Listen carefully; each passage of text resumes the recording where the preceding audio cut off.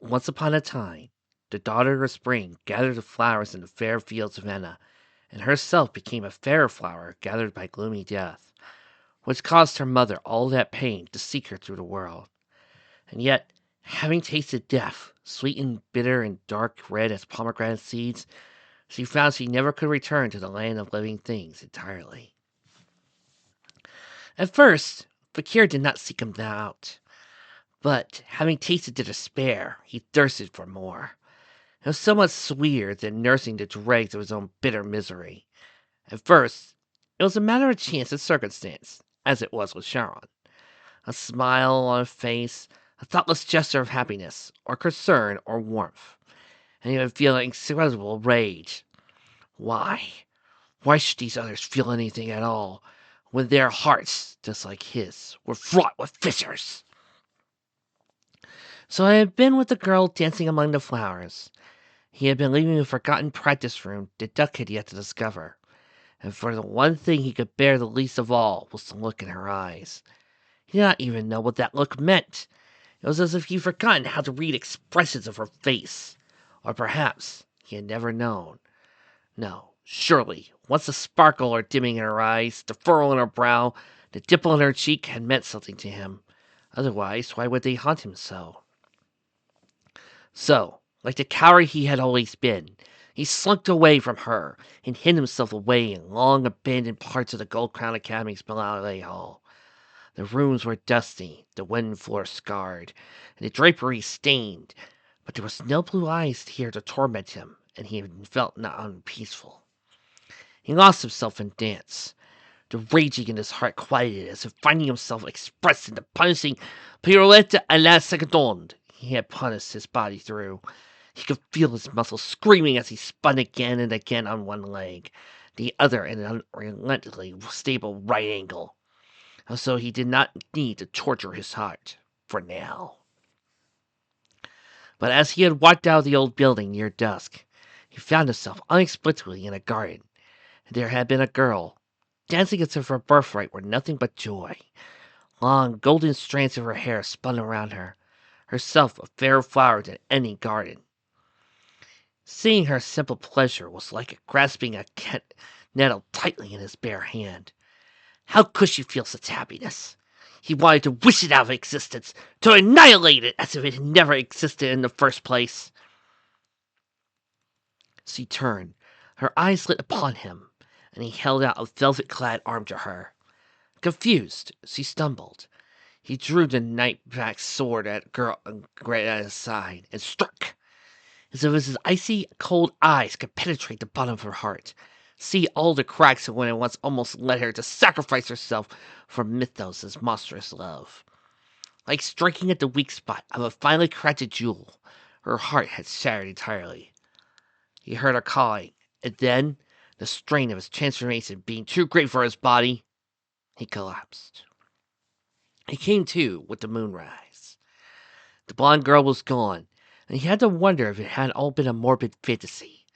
Somehow he managed to punch himself off the ground. As he staggered away, a hand reached out of the saddle to grasp his shoulder. The faint light of the rising moon struck glass. The eyes behind the spectacles were as impersonal as glass. "Arthur," Fakir said, having nothing else to give the other boy but his name. Stung by Fakir's indifference, Arthur replied, "So, you truly are Drosselmeyer's heir. In all ways you surpassed him, you know," Arthur continued, wanting to go to response from the other. Creating so many monster ravens, where the old man only had one. Something, the echo of a feeling long gone, recoiled in Fakir's heart at the words. "And you'll be nothing more than a librarian till the end of your days," Fakir sneered and stalked away. Duck could not seem to shake the uneasiness from her dreams that night. Vague and full of darkness, suffocating. As she tossed and turned in her narrow bed, hoping to find an as of yet undiscovered comfortable position on the thin mattress, the chain around her neck twisted, and she wondered for one terrible moment if she would die such an embarrassing death, choked by her own necklace. Even when the chain loosened enough that she no longer feared for her life, the stone seemed determined to irritate her that night. It was a hard, painful bump against her collarbone when she tried to sleep in her stomach. It caught in her hair as she tried to turn on her side, and the chain keeps shaving her neck no matter what she did. All in all, it left her feeling so cranky she almost considered taking the irritating thing off. She couldn't repress the exasperated thought that somehow she would have expected some sort of behavior from Fakir's heart.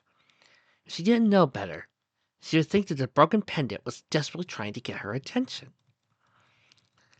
Standing before the mirror in her lavish room of the girls' dormitory at Gold Crown Academy for Ballet, Rue adjusted the jacket one more time, strengthening an invisible wrinkle in the ruffle at her throat as she prepared to face the world of Gold Crown Town for the first time since their abrupt departure with Mythos when Drosselmeyer's story had ended. This room, which had once felt luxurious, roomy and elegant, was a mere shadow of her chambers in the palace. It had its share of bad memories. Here she had been haunted by the Raven. Here she had learned that she was Carré.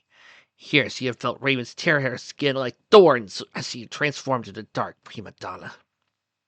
And yet, here she was just a schoolgirl once more, not an impossible fairy tale princess, although surely in the eyes of some of the girls here she would be that nonetheless.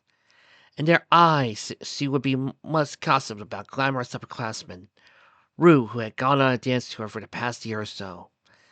Time was hazy in their memories where she and Mythos was concerned, and had now come back covered in glory and fame.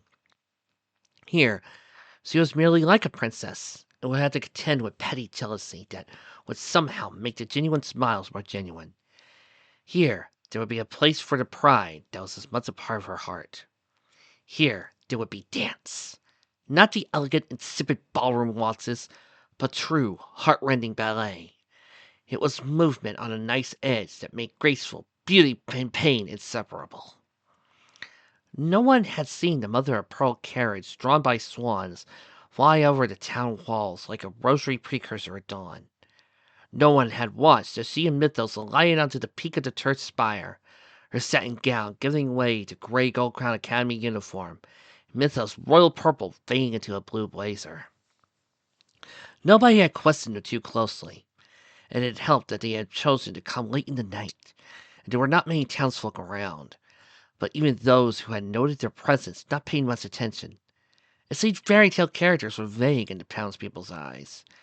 They did not, could not, look at them too closely, their gazes inadvertently sliding away and taking their reappearance for granted. As they walked hand in hand through the town in the pre-dawn light, she saw Mythos' troubled gaze searching down empty streets, attempting to penetrate shadows. When her fingers slipped from his in a moment of distraction, she at last turned to him, surrounded by these homey buildings, sheltered in the half-light of dawn. Suddenly the imperious Rue who ordered around the helpless, heartless Mythos returned. Mythos, who are you looking for? Startled out of his preoccupation by her tone, he sighed and at last answered, I fear, my princess, that the danger is too great, and I must tell you all, although I hope to spare you. I fear the Raven returns. It is my fight to fay him as many times as he does. Rue felt fear chill her spine. Surely, surely that's impossible. I feel the darkness, was all he replied. And so you come looking. Yes. Seeing the fear in her eyes, his gaze softened. He took her hand and said, Come, my princess. I will look. Will you wait for me at the academy? Knowing you are safe will ease my mind. Perhaps it was because of the sunlight beginning to strike the bright red tiled roofs of Gold Crown Town, but somehow Rue found in herself to resist both her fear and his wish. She smiled and attempted to regain her elegance and poise. This, too, is like a pas de deux, my love. I will not let you dance and suffer alone. He took both her hands in his. Please, Rue, for me. And then she would have no more objections. For how could she deny her prince anything he should ask for? But she had been Princess Karehi once.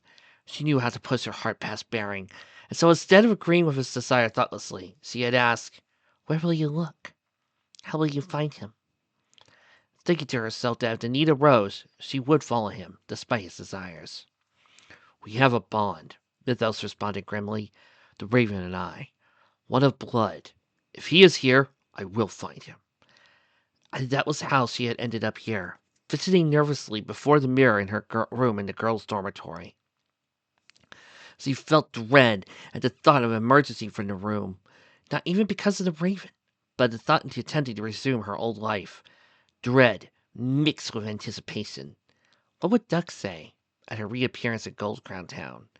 Not that Duck could say anything now, she thought with a pang. It was only Duck, and Fakir, she supposed, would truly remember who she was. It was their thoughts she worried about.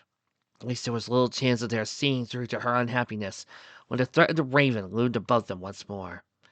So nothing else she could salvage her pride.